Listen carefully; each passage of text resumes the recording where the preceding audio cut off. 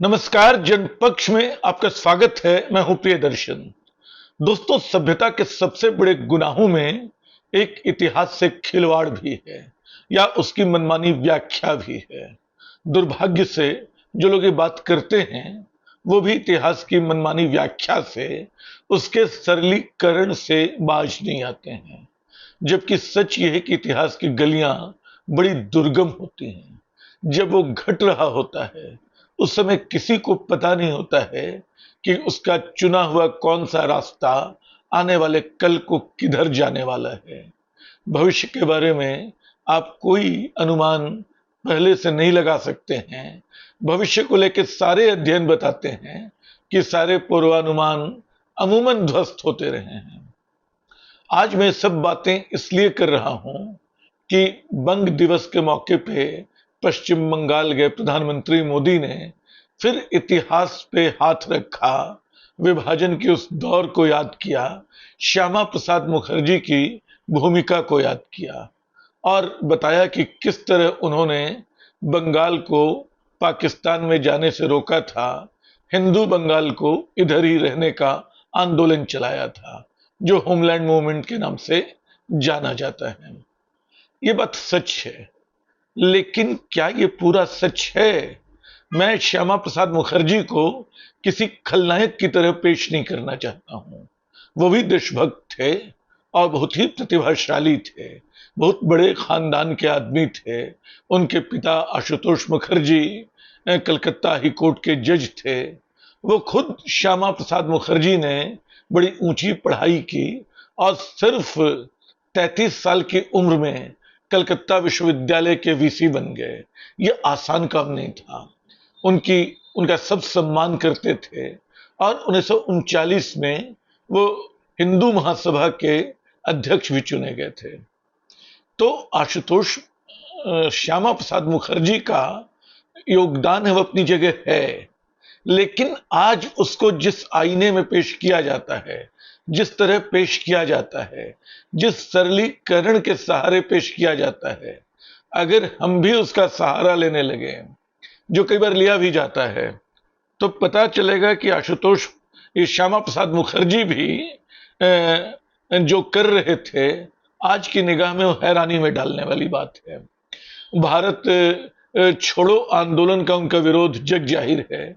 1942 में जब भारत छोड़ो आंदोलन महात्मा गांधी की पहल पे पूरे देश में एक चिंगारी, एक लपट बनकर उमड़ा था, तब श्यामा प्रसाद मुखर्जी अंग्रेजी सरकार को, बंगाल के गवर्नर को चिट्ठी लिख रहे थे कि कितना खतरनाक है और इसको कैसे क्रश किया जाए कि बंगाल पे इसका असर न पड़े।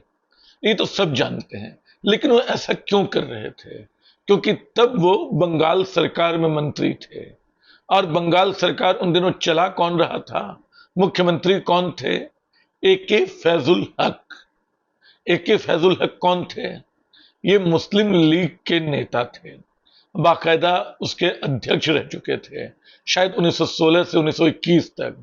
बाद में पाकिस्तान भी गए, पूर्वी पाकिस्तान में भी रहे, पाकिस्तान के गृह मंत्री भी बने।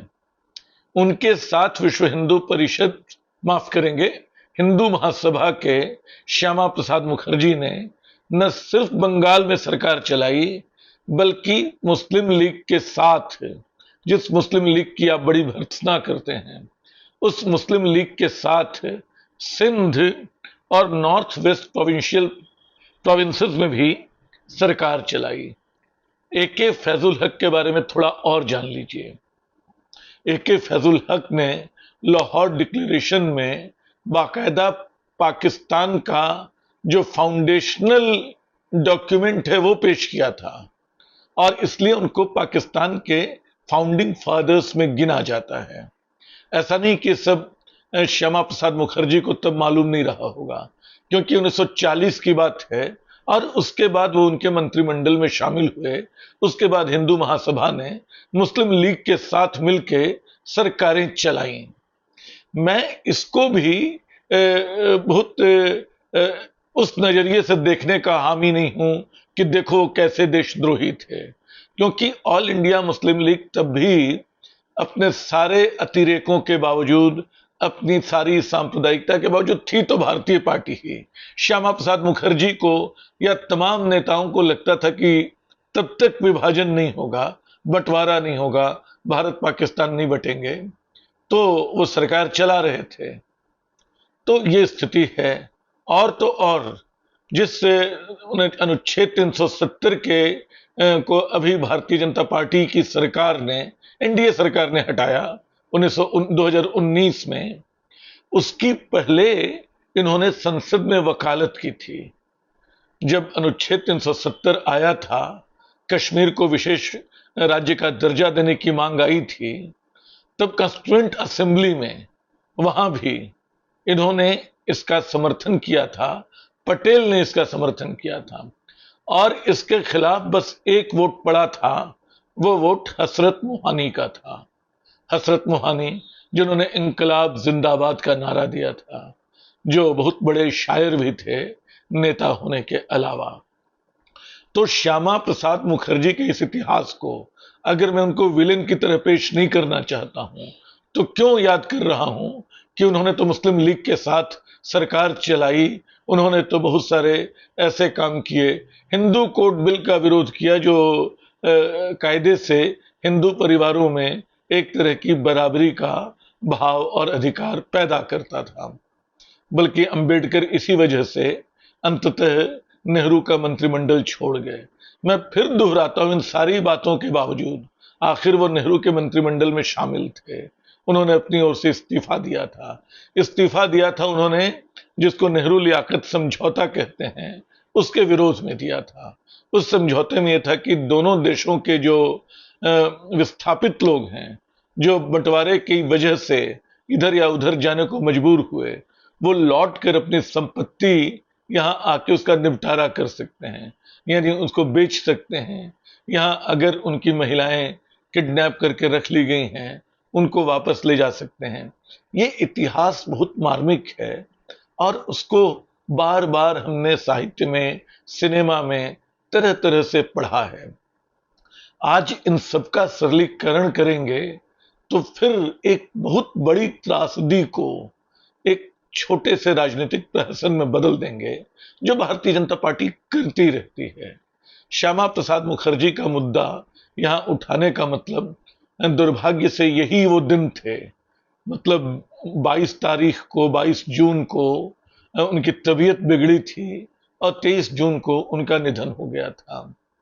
वो होते, बचे होते तो पता चलता, वो कश्मीर गए थे, सब जानते हैं कि श्रीनगर में उनको गिरफ्तार करके रखा गया था।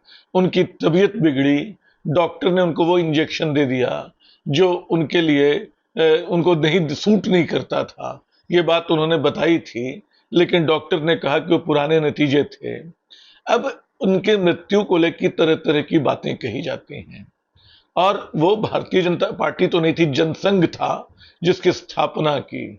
एक बड़ी ट्रेजिक सी बात आप कह सकते हैं कि पाकिस्तान में जिसको फाउंडर फिगर माना जाता है फैजुल हक, और भारत में जनसंघ का जो फाउंडर है, वो दोनों एक ही सरकार चलाते थे। एक ही सरकार में मुख्यमंत्री और उप मुख्यमंत्री या मंत्री थे। तो ये सारी इतिहास की कारस्तानियां हैं। मैं ये सारी बात इसलिए कह रहा हूं कि भारतीय जनता पार्टी उस इतिहास को बार बार बदलने की कोशिश करती है। वो अपनी देशभक्ति के प्रमाण के रूप में साबित करना चाहती है कि उसके पुरखों ने, उसके वैचारिक पुरखों ने आजादी की लड़ाई लड़ी थी, जबकि तथ्यतः ये बात गलत है। ये बार बार प्रमाणित होती रही है, चाहे हिंदू महासभा हो, चाहे आरएसएस हो। हाँ, एक बात और बता दूं, श्यामा प्रसाद मुखर्जी महात्मा गांधी की हत्या से बहुत आहत हुए थे, इतने क्षुब्ध हुए थे कि उन्होंने हिंदू महासभा से किनारे होने का निश्चय उसी के बाद कर लिया था। तो लेकिन आज देखिए, श्यामा प्रसाद मुखर्जी का नाम जपने वाले साथ साथ गोडसे के भी मंदिर बनवा रहे हैं, उनके लिए भी माला जप रहे हैं, और गांधी को मारने वालों को, गांधी को अपशब्द कहने वालों को सांसद बनाते हैं, उनका सम्मान करते हैं। तो मैं दोस्तों कहना यह चाहता हूं कि इतिहास के बहुत जटिल समय में जब वो घटित हो रहा होता है, बहुत सारी घटनाएं ऐसी होती हैं जिनको बाद में देखने पे लगता है कि अरे ये तो गलती हुई, अरे ऐसा इन्होंने कैसे कर लिया, ये तो नहीं होना था। लेकिन ऐसा करने वालों में नेहरू को आप बार बार कोसते हैं, गांधी को कोसते हैं, जबकि सच ये है कि इतिहास के तथ्य इनके साथ खड़े हैं, इतिहास की दिशा इनके साथ खड़ी है, भारतीय लोकतंत्र का अब तक का विकास इनके साथ खड़ा है। और अगर वो नहीं खड़ा है तो श्यामा प्रसाद मुखर्जी के साथ नहीं खड़ा है। मैं फिर दोहराता हूं कि श्यामा प्रसाद मुखर्जी को कम से कम आज तो मैं विलेन बनाने के पक्ष में नहीं हूं। मैं किसी को भी इस तरह विलेन बनाना नहीं चाहता हूं, सबकी अपनी अंतर्दृष्टि होती है। लेकिन यह सच है कि जब तक आप उनका सम्यक मूल्यांकन नहीं करेंगे, बीजेपी के लिए और जरूरी है, अगर वो देश को एक रखने की बात करती है तो उसको समझना होगा कि देश को एक रखने के सूत्र क्या हैं। उसको जबरन आजादी की लड़ाई का सिपाही बनने का मोह छोड़ना होगा। बहुत सारे दूसरे लोगों ने मोह छोड़ दिया, वो दावा नहीं करते हैं। समाजवादी जो हैं, जेपी और लोहिया की आजादी की लड़ाई में शिरकत के बावजूद ये दावा नहीं करने जाते हैं कि वो तो आजादी की लड़ाई में शामिल थे। वो एक बड़ी लड़ाई थी जो कांग्रेस के नेतृत्व में लड़ी गई, जिसमें बहुत लोग शामिल थे। ये एक प्रमाणित तथ्य है। इस तथ्य को बहुत बदलने की जरूरत नहीं है, क्योंकि जब आप इसको बदलना चाहते हैं तो ये सिर्फ कांग्रेस से शेर छीनने का मामला नहीं रह जाता है। ये मामला आगे बढ़कर उस भारतीय राष्ट्रीयता को प्रश्नांकित करने का बन जाता है जो आजादी की लड़ाई के दिनों में विकसित हुई थी। हमारा राष्ट्रवाद यूरोप के राष्ट्रवाद से कतई भिन्न था, जहां भाषाओं के आधार पे देश बंटे हुए हैं। हमने अपनी विविधता को अपनी राष्ट्रीयता का आधार माना था।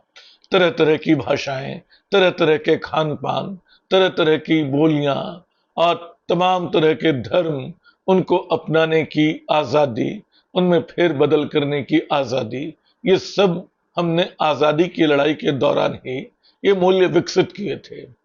जब आप इस लड़ाई पे क्लेम करते हैं तो असल में आप लड़ाई का चेहरा ही नहीं बदलना चाहते हैं, भारत का चरित्र भी बदलना चाहते हैं, जो बहुत ही खतरनाक है। और बीजेपी को इससे बचना चाहिए, क्योंकि अंततः और बीजेपी के समर्थकों को कोशिश करनी चाहिए कि अपने नेताओं को समझाएं कि ऐसा हिंदुत्व तो नहीं चलेगा।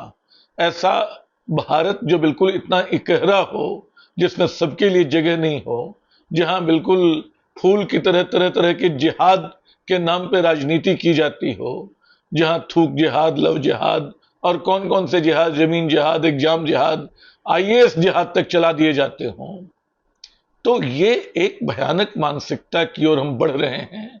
इससे निजात पाने की आवश्यकता है। मैंने बस ये याद दिलाने की कोशिश की कि इतिहास की गली में उतरेंगे तो उसकी सच्चाई के सामने बीजेपी नेताओं को अपना मुंह थोड़ा छिपाना पड़ेगा। बेहतर हो वो अपने बदले हुए हालात को, अपनी बदली हुई सोच को सामने रखें। कभी उनके पितृ पुरुषों ने तिरंगे को मान्यता नहीं दी थी, उन्होंने भारतीय झंडे को, राष्ट्रगान को मान्यता नहीं दी थी। अब उनकी समझ में आ गया कि हिंदुस्तान असल में इन्हीं प्रतीकों में व्यक्त होता है। तो ये समझ, इस दायरे को वो और बढ़ाएं। आज जो बात कई बार उस जुबानी कहते हैं, उसको अपनी भावना में बदलें, अपनी संवेदना में बदलें और सरकारी नीतियों और कार्यक्रमों में बदलें और एक बड़ी राष्ट्रीय आकांक्षा में बदलें। शुक्रिया।